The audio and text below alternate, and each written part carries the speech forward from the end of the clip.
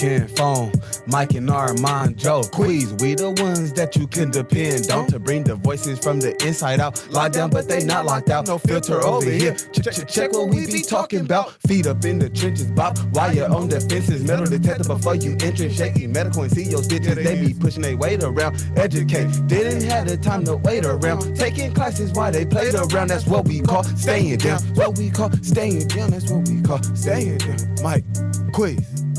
Dang is this 10K phone. 10K phone, man. Gang it, man. My father was a factor. He was a real big key player in the streets once upon a time. And I had just made a post, you know, a picture of me and him when I was a child. And I'm just seeing how people are responding like, oh, yeah, he always showed genuine love. You don't got dudes that just are taking care of people kind of. People have motives when they do things, and that's what I see a lot now. When I saw some of the reactions, that wasn't really the kills. Like a genuine dude that did genuine things just out the goodness of their heart. I can't try to say that I think there's guys like that, but I don't think that the guys that are really having things like that financially and whatnot, I don't think that a lot of these guys that are having money and whatnot have the same mind state and have the same the care for the community, people out there around. It's a lot different. Well, we have to get the youth to understand that the difference between entertainment and real life. You know what I'm saying? For somebody like my nieces and nephews, they hadn't seen me for a long time, but the little things they seen of me was on YouTube, not understanding that was just for a moment. So when they see me in real life, you know, freshly out, they older now. So when I see them, they kind of just want money. You feel me? They like, what's up with the bag? Like, we want to see, where the bag? And I'm like, look, I had the bag at that time, but Uncle got bills, Uncle got this, Uncle got that. Like, this is real life, baby. So I have the pleasure of being here and spending this time with them like I always do. I always pull up on the nieces and nephews because they are the future. But, like, we got to get them, like, they're listening to the rappers. You feel me? And the rappers, like, I sometimes watch these dudes live, and I be like, okay, I've been on for 3 minutes. He has 15,000 followers as soon as he came on. He had 15,000 viewers on his live at one time, and all he did was, now this is where it matters, the message. You got their attention. Sometimes you got to do odd things to get the attention. But then once you get the attention, the message that you deliver is what matters. And these guys are just spreading money up their arms. They just like, this beef, that, kill the ops, get this money. Like, this is your time when you got 15,000 people watching you to say something with some substance and to say something that matters. We, as real life people, like, I try to be out here. I be outside, bro, and I be pulling up to my partners with kids, and I be pulling up to my sister house, 9, 10 kids over here. Like, I'm pulling up to where the kids is at because I know that my family, me doing so much time in prison and being in Oregon, they had to fill the holes of who Uncle James was. And so they showed them YouTube videos, they showed them the Facebook, they showed them all the things that where we present ourselves the best. But we have to deliver the message. Like, I be over here for real. Like, they be caring about the Gucci belts and all that. Man, that shit gonna be nothing. They gotta cut that shit. Like, it means nothing. It's literally a material. And I told my niece, or I told my nephew, I was like, look, bro, you wanna put this $600 belt on, a pair of $20 jeans, and you gonna sag. Yeah, the math don't add up. For what? Yeah. You just want some likes? When did you start doing shit for likes? You feel me? So, and like, we have to you for it. I'm saying if that's what folks is liking you for, that ain't real like or love. Mm-hmm. I said if that's what you got people liking you for, they're not putting the real out there. People's not putting the real out there. I think you made a post or somebody made a post like, how could a man get mad when he get a woman by flashing his money and get mad when she only want him for his money? And how could a woman get mad if she present herself as easy and then a man approach her and think she's easy? You can't get mad. So, like, it's what we put out there, bro. We have to unbrainwash. Our kids being brainwashed by these companies. They're only investing in the people that's doing the ratchet. Like, only the ratchet rappers is being seen. You feel me? And that's for a reason, because they know that's who got the youth. They know that's who got the community. They know that's who got the lock on the streets. And they not knowing, like, the owner of Warner Brothers or the owner of Atlantic Records is this white dude in a suit with gray hair and sitting back smoking cigars, getting his money off the back of real. It's like off the back. It's like, it's the same as that thing. And I spoke upon systematic slavery with prison. That's also systematic slavery. You instantly become a slave when you get signed to a record deal, a 360 record deal, bro. You don't even know who the owns you. You don't even own your name. You feel me? Like, how do people get record deals and at the end of their career, they're in debt? You're in debt. You were supposed to be all them hit songs and #1 records, but the youth doesn't notice. They only see the videos and they think that what they see on camera. And that's why it's my kids, we got to make sure I'm watching what she's watching on YouTube. I'm like, I got to lightweight coach her, you feel me? Like, and put the things on that I want her to see. And people are too, like, my culture, bro, my people are too busy trying to be their kids' friends instead of being their kids' parents. You feel me? Like, we dress our insecurities. We put our kids in Timbos and these tight ass jeans and these belts and shit because what we never had. Oh, I never had that as a kid. And you should educate yourself for that and learn that you're not going to blow your money. Your kid's foot is going to grow in 3 weeks, in 2 weeks. You feel me? And that shoe you bought them ain't going to mean nothing. Them kids don't care about that shit. It's the time you can spend. Presence is the best present. Quit trying to be your kids' friends and be their parent. Like, that shit irks me. No, absolutely. I see it all too often. You know, it makes me sick to my stomach. It's crazy. Like, you got to get a dose of me parenting. I'll be honest. Facts. We could play and smile and all that, but I'm daddy. So if you out of line and shit ain't right, like my oldest, she just got done sending me her report card yesterday. You feel me? A's and B's, straight. I expect nothing less. But she happy for you to see that. She happy for you to see that. You know what I'm saying? Straight up. So, yeah, like, it's crazy. Like, speaking on parenting a little bit, how is it for you now? Is it different from before you fell? Like, going through, because it's traumatic for a kid. You know, your kids are teenage right now, which means they were just a little bit younger. It's traumatic for them to have dad because you are a present dad. You are a, you know, I don't know where your mom at, but all the kids is with me, you know, and I've been able to be with you in those times. And it's an honor, you know, I've been able to be with you in those times to see you in real dad mode.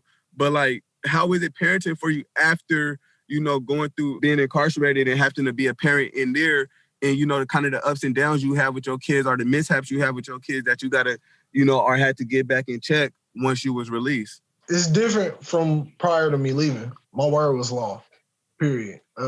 With the lack of my presence and some of my children more than others, the lack of my presence has affected them because you can look at, say, my 3-year-old, my 8-year-old, and my 7-year-old. Well, he's about to be 7. They didn't get as much of me as my 14-year-old did. She was all, you were there. She was coming in and out. She was coming to them visits. Her siblings weren't able to have that access. It was a little different. She stayed with moms. So it ain't what a motherfucker always want, but it's a progress. It's a little progress taking place. You know, progressively, slow but sure. You know, bit by bit. I'm just, you know, working on getting my footing, being able to get back in position. I don't want to be exactly where I was prior to leaving, but I'm trying to get back to where I was. You know, but you know, like, you can't compare with who you was before you fell because time have changed and you're not doing any of the things you was doing before you fell. You know, the risk factor is higher because, you know, we all know once you got one conviction, you're a walking conviction. Like, if you go to court, they're going to get you. That's just how it's going unless you got the money to buy the case. So, like, you just, brother, because I struggle with that. And last time I paroled in 2016, I struggled with that so much that I was back in jail. You know, I got out February, was back in jail in April. Because I got to get back, bro. Before I felt, I was riding in this. I was, you know, and I feel like that, go back to what I know best. That's kind of the right hand to go back to what I know best, which is most definitely a recipe for failure for us. Because what we go back to what we know best is most definitely criminal.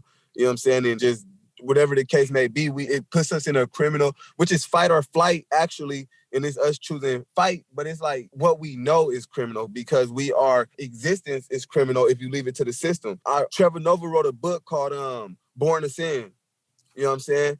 And I kind of feel like that, like, once you get convicted, bro, like, you are walking, no matter what you do, you are it. You guilty till proven innocent. I think we had an episode before about, and I spoke on fighting your reputation. You will be in battle with your reputation. You will be in battle with who you once was, but you made it to who you are right now, to be who you are right now, not to be who you was. But that is a battle, because every time, and it can also mentally, for the people listening, that can cause depression. That's where depression comes from. Depression comes from when you're not in a place that you think you should be in, a lack of self. So you would literally fall into a state of depression, thinking about where you was before you fell, the things you had before you fell, and and it's a race for you to get back there. Psychologically, it could hurt you mentally. You know what I'm saying? So just from somebody who's been there, bro, like, that's a battle, bro. You would never, no matter where you go, you're going to always be in battle with, and it makes you rush. And once you rush, you slip. You know what I'm saying? And we don't have the privilege to slip up. So just don't even think about that shit, bro.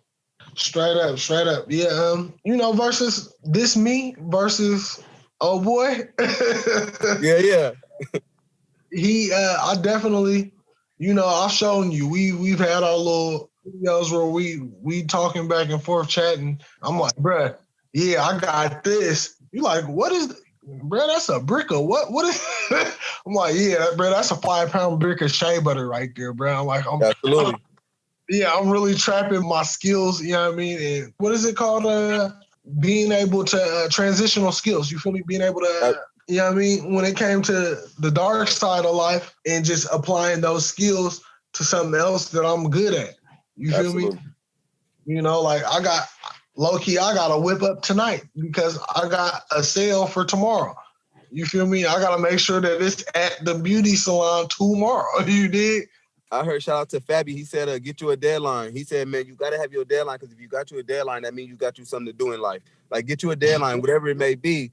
But just to, like, what I was going to say on top of that, it felt good because we often speak on not introducing brothers to good things. Like, usually when we hitting the homies, it's about riding on somebody, or it's about, man, this done put me out, come get me, or, like, it's never, or it's you trying to get him to, we finna go ride on somebody.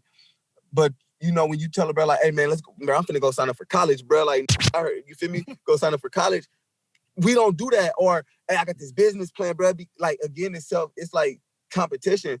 So, like, for you to hit me in FaceTime, and you like, yeah, bro, I got the pack came in, bro. Like, I'm like, oh, shit. I said the pack came. And to see that it was your hair products, that was such a beautiful thing and a beautiful moment for me, because it showed that, we had conversations about running to that bag and just kind of, knocking anything down that's in our way. And we able to keep each other from making the wrong moves. So to see you stay down and, like, never resort back to that, and just, your pack really was your hair supplies. Like, it was a beautiful moment for me, bro. Like, real life. Definitely trying to figure it all out. Like I said, man, it's all about just getting your footing out here. I got solid brothers like you. I got another little brother. I got a solid little cousin. I got a lady that's really strong and stand up to be behind me and pushing me in the right direction. Because, I don't mind expressing to the people that I fuck with. I don't mind being like, well, bro, I'm thinking about going and getting packaged and getting things in effect. And it's like, yeah, I understand what you're saying. But is that what you really want to do? Because you know what the risk is that come with that. That's why, I want to thank you just for being solid enough to, like you told me, you ain't going to tell me what I want to hear. You feel me? You know what I mean? So I do want to let you know I appreciate that off the dribble. You feel me? Absolutely. Like, solid little. And I just seen that because, the conversations we had, you didn't tell me what I wanted to hear. When I tried to get you to kind of coach my way, you like, nah, bruh. And you got to be able to accept those things. Before I wasn't able to accept those things. You feel me? Like, we all ask for this solid friend, this person who's going to keep it real with us, be honest with us, and all the qualities we look for in a friend, but we wasn't truly willing to accept that person in our life. That's why we never found them. And as soon as you're willing to accept those things, we locked in, bro. Like, you already know what it is with us, bro. From, like, kids, like, real family type shit. Like, you feel me? Your mama house, like, I really was in the town in your mama house. You feel me? Like, and for people like us, that where we come from, breaking the most important thing you could do, money. You feel me? Money don't mean nothing. Money's evil. Like, for us to sit down and break bread together, like, I ain't gonna eat with a motherfucker I don't respect or I don't like. I don't care where you put me. And that's why in prison, it's the same way. Like, we gonna have our own table because this is our people. We breaking bread at this time. So I salute, bro. You my brother like a motherfucker. You already know that. Past Straight that. up. I was thinking too, because at some point this will be on some sort of radio waves. Like, what's your business? And like, if you're a listener, how can someone hook you up? What you got? What's going on? Plug. What you plugging over here? I got a hair and skincare line called Divine Vines, and that's what a majority of my energy is into right now. Also have the clothing line, and that means a lot to me just because of the awareness within the name and the logo that I wanted to spark. And the clothing line is called Ebony Economic Renaissance. It's really, Follow the Insta. Follow the Insta. It's under construction right now, but yeah, definitely tune in. Why don't you break it down for us? Like get the part that's not the secret recipe, hit us so we can be hype on it. Well, it's all natural. It's not like no peanut allergies and stuff like that. So you ain't got to worry about it. It's real natural shit that you put this on your skin. Most likely it's going to be the thing that you want to come back to. I got hair products because with the skincare line, what it does is it lightens dark spots on your pigmentation. Mm-hmm. So you got dark spots from popping a pimple or something, whatever. Mm-hmm. It helps.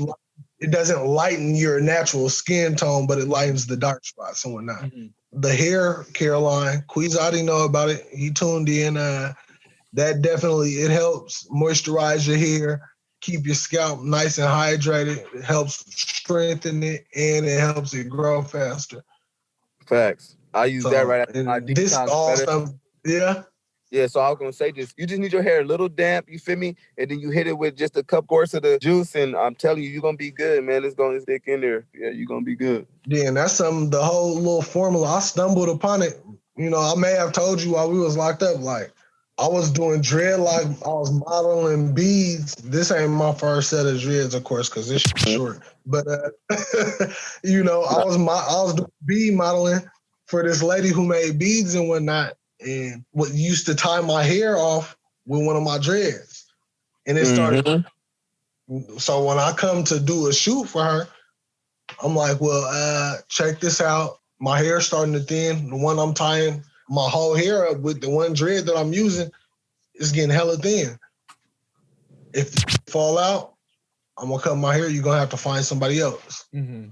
She told me, I'm going to give you, see, and if you pay close attention, you'll see that this is the second ingredient that I've mentioned on here. But she told me that castor oil helps your hair and bring back the hair up out of the follicles. I started using that, and then I eventually started whipping it up with something else, and this, that, and the third, and here we have it. We got Divine Vines hair and skincare product, you know what I mean? So, y'all stay tuned, man. I'm trying to make moves. Black-owned businesses. My brother, he got his clothing line. Too real to be famous. Go ahead and get in their ear. Let them know about that. Oh, they know it's the Misfit, man. Misfit, Adi, Mr. Too Real to Be Famous. We got the new shirts coming in. Learn the truth like Malcolm, they want you dead. Just bringing awareness. Again, it's just about educating. At first, for me, Too Real to Be Famous really was like, it had nothing to do with rap. It had nothing to do with, it really was like attention, the attention seekers. With social media, everybody's famous in their own right, or they do whatever it takes to seem as if. And I'm like, my family business, my friends, like, I'm just not a person that's going to go to social media with, family business or anything like that. Or, I'm not a seeker of attention. So that's where it's too real. Like, it's real life situations going on. We really dealing with deaths. We really dealing with incarcerated people. We really dealing with the bottom feeders, what they would call us, you feel me, the low lives. So it's like a representation of that. Like, we just too real.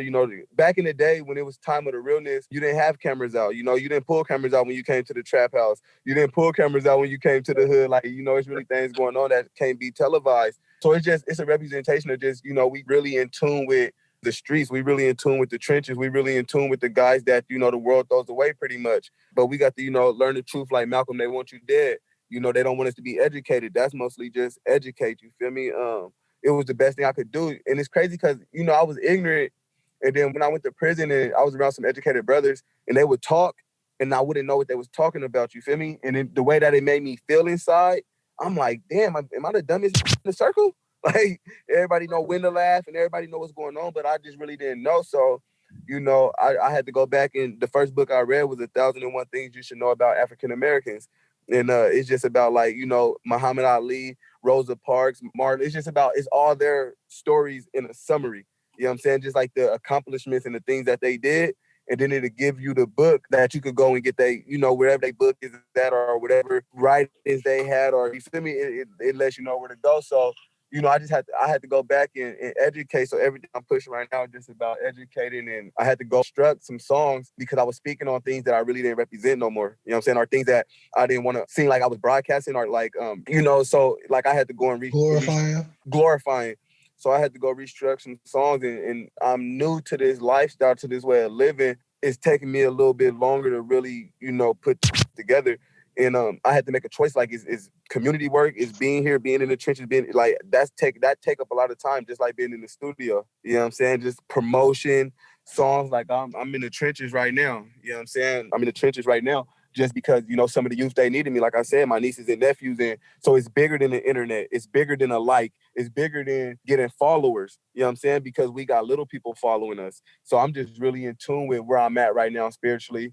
And I'm just in tune with where I'm at right now, being a teacher and a student, because I'm learning. But at the same time, it's so many that I'm teaching and that I know is looking up. So, you know, I'm just going to continue to just keep teaching, man, and being here. Queaz, you know, I'm actually really glad to hear what you said and how you're thinking about your music, because I feel like it was during some era of our estrangement. The last song you released was explicit.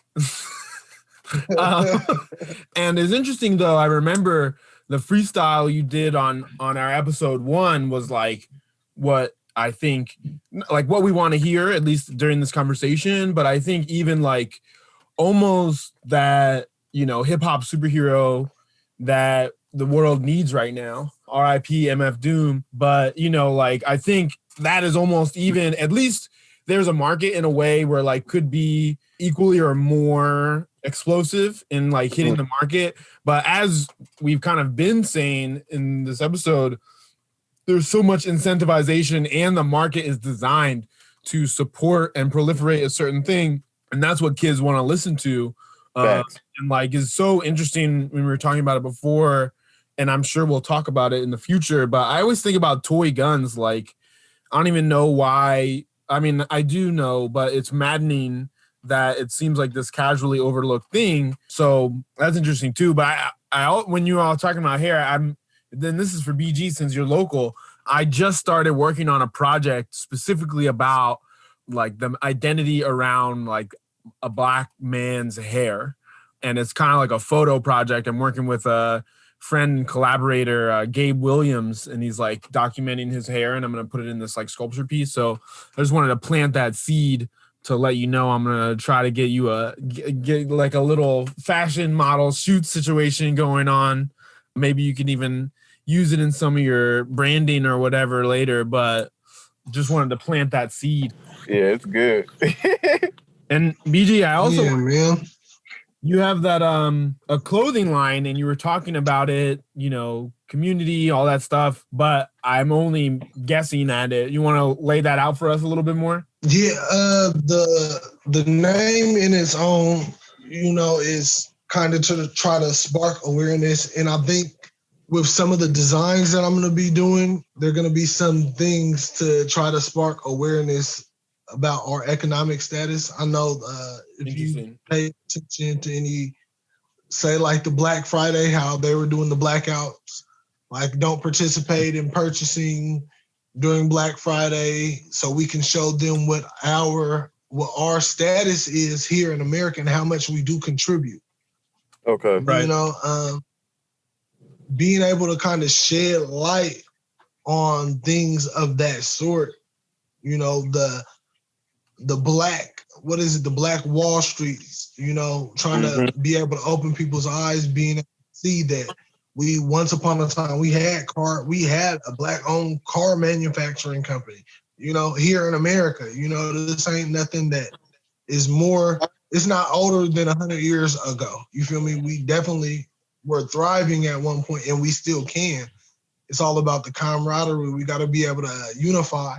The Ebony Economic Renaissance, you know, the clothing line, you know, is rebirthing or symbolically letting folks know that we can rebirth that economic stature that we once had. This is one thing that I say about all the things that I lost since I was incarcerated. I don't sweat it because anything that I had once, I know I can get it again. Mm-hmm. And that's how I look at everything in life. So us as a people, anything that we have had, anything, the bus companies, the train companies, we gotta be woke, as far as the Marcus Garveys, we've had, we've had big ship companies and whatnot, so the clothing line is a big part of me liking fashion, but it's something bigger, it's a bigger picture to it at the end of the day. I want people to be able to understand that we are a powerful people and we can resurrect our old ways. Because this new shit that we doing, we're consumers.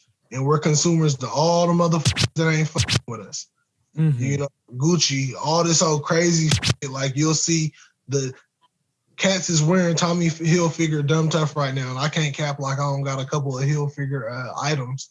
But back in the 90s, early thousands, Hilfiger had some shit to say about black people wearing his stuff. You feel me? So we need to just start to being the thinkers that we come from. And we just need to start putting our thinking hat on and getting to it. Just to piggyback off of that, people always ask me why I got rid of, like when I first came home, I was just getting rid of Jordans and shit. And when I was down, I was like, I was doing research and I was trying to find Jordan at any Black Lives Matter speech, march, Black Lives, anything, really, anything that support, his community. And I couldn't find anything. And I had people looking on different websites and I just really couldn't find nothing with Jordan supporting us. But what I did come across was an older interview when Shaq put his shoe in Walmart in Payless. And they asked Jordan what he thought about that. He said, because Shaq said his reasoning for that was he wanted his shoe to be affordable to the low-income community. He took it, Shaq's used to be 180 just like Jordan's. And he took his own shoe out of there and put his shoes in Payless and put his shoes in Walmart. And that was his reasoning. So when they asked Jordan, he said, his reasoning was so that the low-income community could afford his shoes. My shoes ain't for them. He like, I never made my shoes for them. And when I seen that interview, bro, I felt so disappointed. I'm like, damn, Cuddy, like the black community, we literally will go broke, bro. Like our entire paycheck, we already spent it. Like, on Saturday when them threes come out, I need them, Cuddy. This whole week of work, nigga, I'm finna them going on them threes. And then he just makes the same shit. Yeah, be in line waiting for them things, and he don't even care about your facts. And then don't even know he really don't even own his shoe. Like he own a percentage of it, but like it's a lot of different people that, bigger corporations that have their hands in his shoe. So he's not when you had said something earlier, I can't remember exactly what it was, but I was finna piggyback on it. And I was going to say, bro, like Jordan doesn't own his name. Nike owns Jordan's name. Yep. Like in 2K, when I get endorsements, I go to Nike because you still get the Jordans. The first time that he spoke up about us as a community, as a people, was when George Floyd died. So just last year, all this shit that's been happening, you ain't had nothing to say. You had a closed mouth. It's incarceration. We mentally enslaved, Cuddy. Well, not us, but we, again, mentally enslaved to brands. And this is something else that I talk about. And also, you got to unlearn. I realized, one of my partners, he came outside one day. I went to go pick him up, and he came outside. I was like, boy, them jeans stupid than a motherfucker. But I'm just with him. I'm going to say something anytime I see you. I'm going to gas your ass, right? But he really was ready to go take his jeans off, bro. He was ready to go change. And it f***ed me up because I was like, nah, bro. Like, bro, I'm f***ing with you. Like, you put them on. Like, you bought them, bro, and put them on because you thought them was tight. But just because you thought that I didn't think they was tight, you was going to go take them off. Like, we can't be bullied out of not wearing what we want to wear, or we can't be bullied from our community or from our culture. You feel me? We mentally enslave ourselves. You know what I'm saying? So, like, again, we just got to unlearn, like, be yourself, bro. Like, if you like something, if something's nice or tight to you, you got to dare to be different, bro. You got to, and again, that's where my name comes from, Misfit. If I like something, I'm going to wear it. If it's snow boots in the summer, I'm going to put them up on if they fit how I want them to fit. And, like, Can't nobody tell me nothing about Right. that. Like, my swag is different, but our people, bro, our culture is just like the toxic masculinity in it. But it's not even necessarily toxic masculinity no more as much as it is. Everybody wants to be it seems like everybody wants to be somebody else. It's the time to a masquerade. You could just put a mask on and be anything. And I said with social media is just like prison. You could be anybody. Like on social media, you could be anybody. You meet somebody incarcerated, literally, you don't know besides the stories they tell you. Literally, they could be anybody, bro.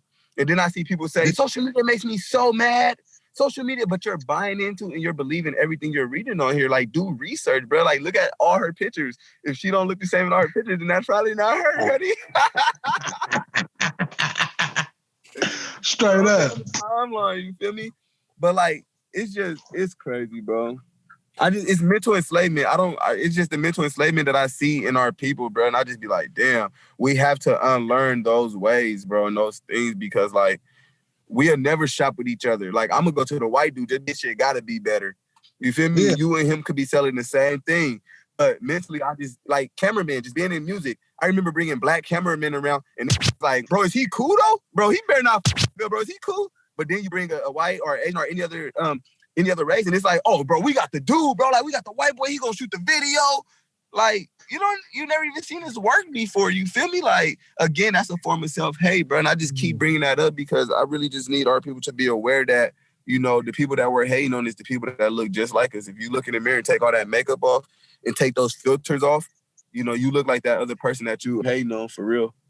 Yeah. Everything y'all are saying is real interesting. I was just teaching at a high school, and even I'm in my own intellectual renaissance, studying different Afro-contemporary artists and stuff, and was looking at some of Gordon Parks' work, and came up again that old study that they did with the young kids, black kids. They would give them like a black baby doll and a white baby doll, and they'd be like, oh, come on, and beautiful. Which one's more pretty? Right. Yeah, it's wild. And, I mean, I do a lot of work in a lot of places, but I'm getting ready to facilitate like a conversation. But I think what I was going to say earlier when y'all were talking, well, I guess there's two things. One is like, this platform is like for us, you know what I mean? Like, in a certain context, it's for y'all, but also as I build it and think about it for myself, is that like really the primary population affected by incarceration is Black men.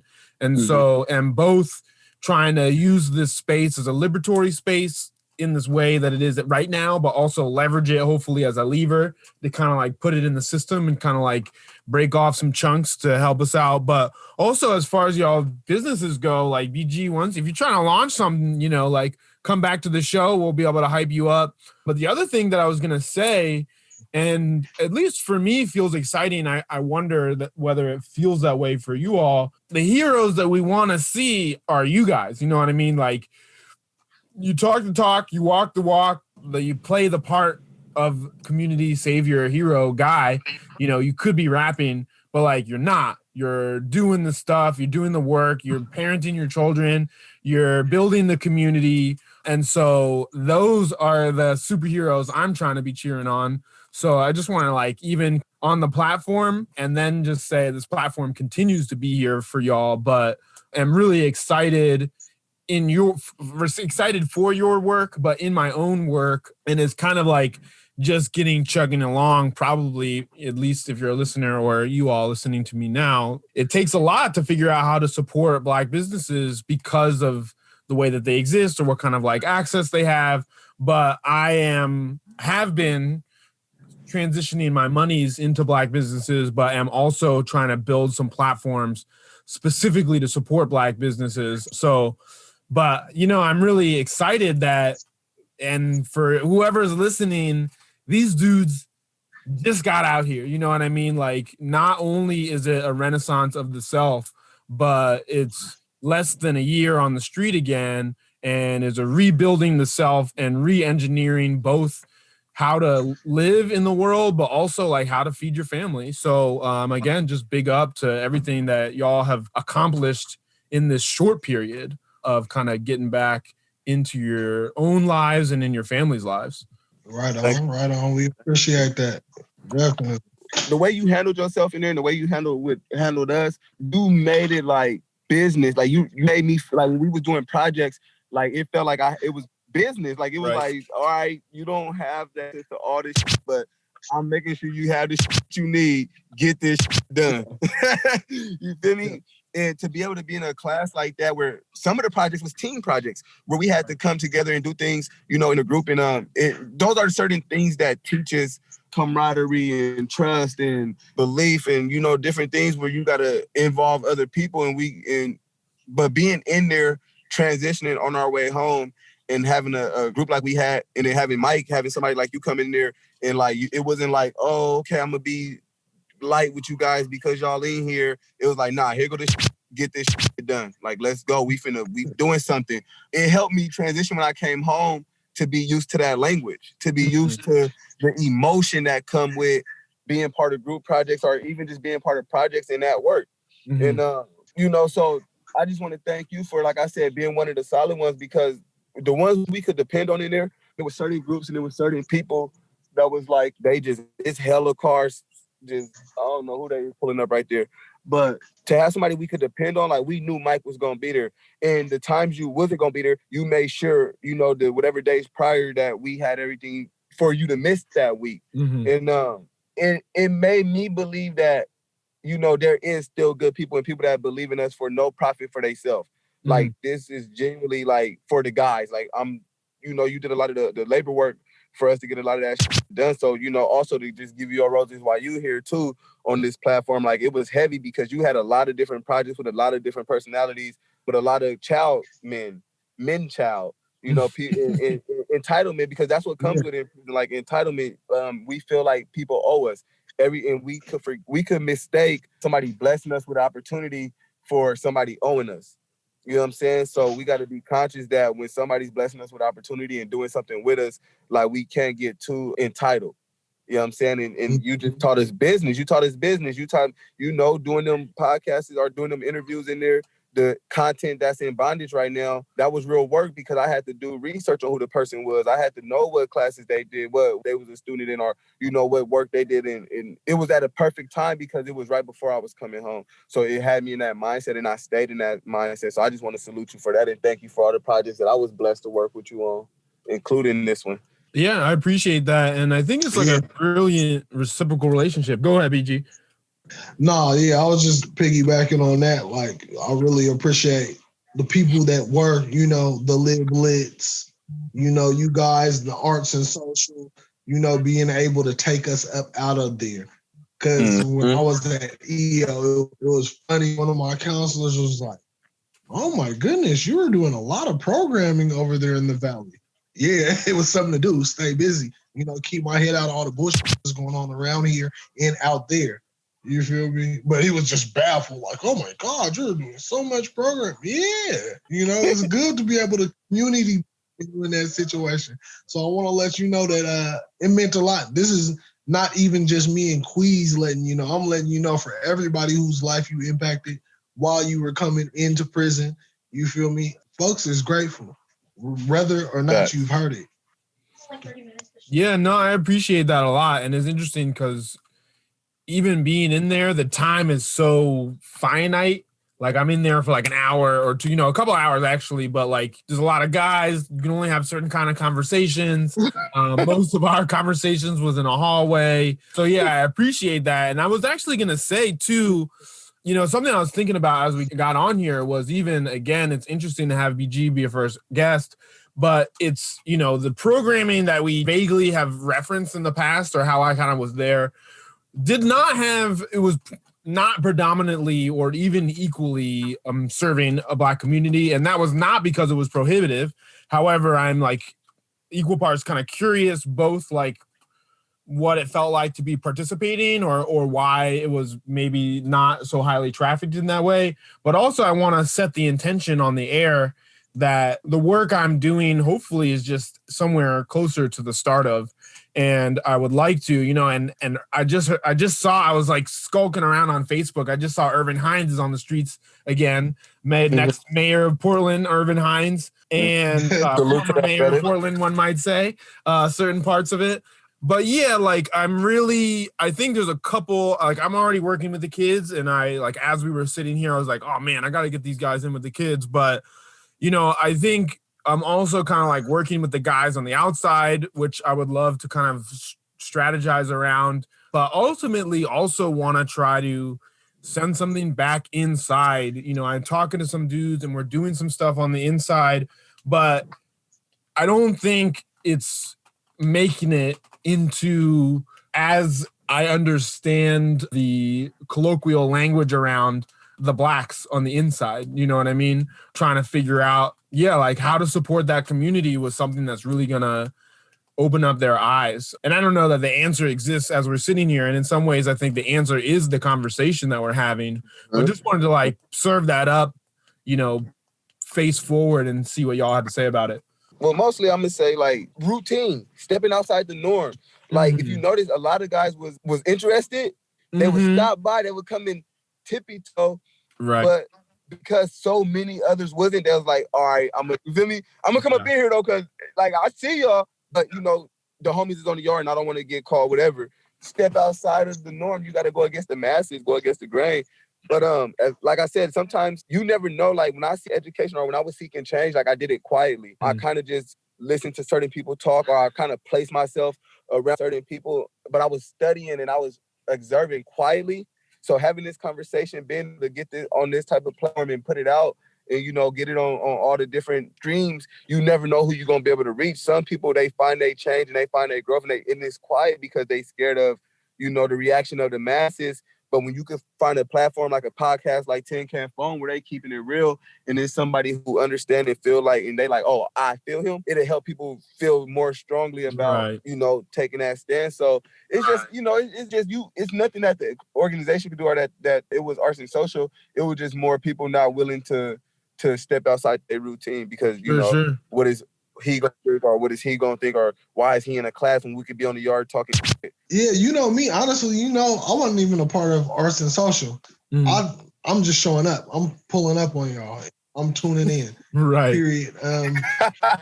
We done dealt with sitting out there on the bench outside of the class, the COs walking by looking like, we're handling. Yeah, that's funny, bro. You feel me? So, a lot of dudes, like what Queaz was saying, bro, like a lot of people worry about what the next person think. I've never really even been that kind of guy in all of my life. Always, I've been an only child and all that. So just the tuning in. If I think that it's something that's going to benefit me mentally, spiritually, physically, whatever it may be, that's what I'm going to do, because not because Queaz isn't doing it, not because Mike is doing it and he's a resource, none of that. It's an opportunity for growth.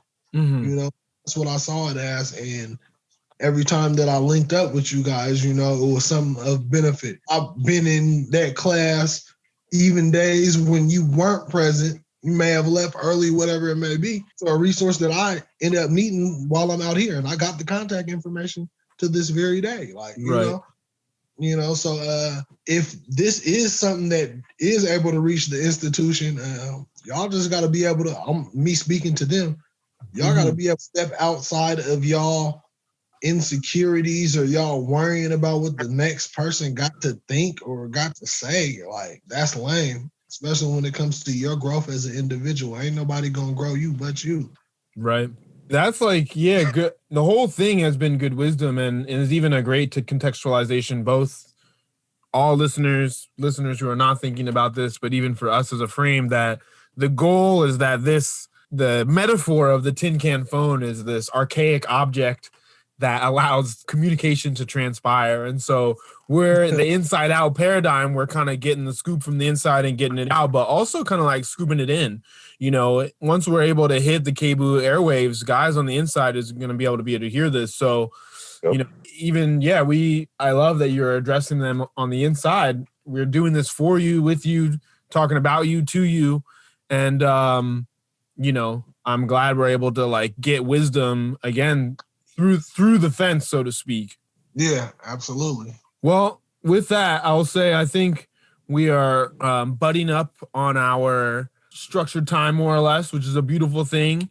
We're going to chop this sucker in half or something, but We got a lot of some great thoughts and really just a foundation. Again, BG was started behind the scenes and now he's star of the show. I might be reporting to you soon, this entrepreneur guy over here. But hopefully this is just the first time we got you on here, not the last. No, not at all. Not at all. You're going to see me again, Mike. You already know. I love it. Queaz, any final thoughts? Any final thoughts before we get out of here?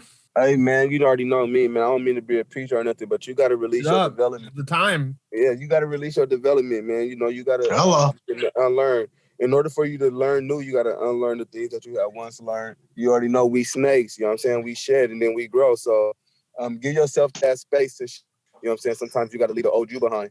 You work hard to become the new you. Don't just make a post. Don't just be on social media with it. You feel me? The things you post, stand behind it. You know what I'm saying? And really put in the work, you know. If you put in, you are going to gravitate to you. And those that aren't, they're not. You know what I'm saying? So it's safer to be yourself. If you present yourself as something else, you're going to attract the wrong crowd and you're going to find yourself in the wrong situation. So, you know, misfit. Adi, man, we love you. 10 can't fall from the inside out. I love it. Well, thanks for listening again. We'll be back soon. I was going to say Queaz close us out, but that was kind of a closer. Yeah. Appreciate y'all. You are listening to the Tin Can Phone podcast, where you can hear about the influence incarceration has straight from the source. We tell the story from the inside out. So make sure to check us out on KBOO Community Radio every first Tuesday at 10 a.m. You can also check us out on Spotify, Apple, and anywhere you catch your podcasts. And make sure to give us a follow over at tincanphonepodcast.com. See you next time.